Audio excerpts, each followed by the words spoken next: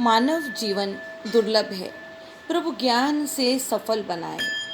खिले फूल खुशबू देते हैं, वैसे ही हम भी बन जाएं।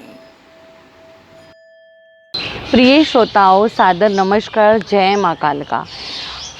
मनुष्य जीवन बहुत ही कठिनाइयों से मिलता है।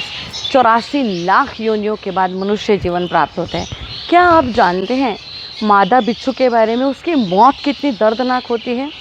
ऐसा कहा जाता है कि मादा बिच्छू उसके बच्चों को जब वो जन्म देती है तो उसके बच्चे पैदा होते ही उस बिच्छू के पीठ पर चढ़ जाते हैं अपनी माँ के, और उसके बाद में वो उसकी पीठ पर उसी को भोजन की तरह खाते हैं।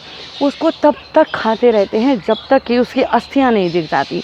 लेकिन उस मादा बिच्छू की मृत्यु के बाद ही उसके सभी बच्चे उसकी पीठ से उतरते हैं, और मादा बिच्छू की जो मृत्यु है बहुत ही दर्दनाक होती है। इसीलिए कहा जाता है हरि नाम लेना चाहिए, भगवान का जप करना चाहिए, क्योंकि मनुष्य जीवन जो है बहुत ही मुश्किलों से मिलता है। ये दर्दनाक मौत है उस बेचारी मादा बिच्छू की, जो इतनी असहनीय पीड़ा को झेलते हुए दम तोड़ती है।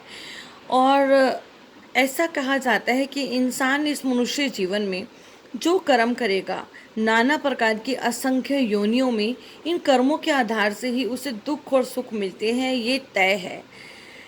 1,84,000 योनियों के कुछ चक्र में ऐसी कितनी योनियां हैं जिनकी स्थितियां अज्ञात हैं।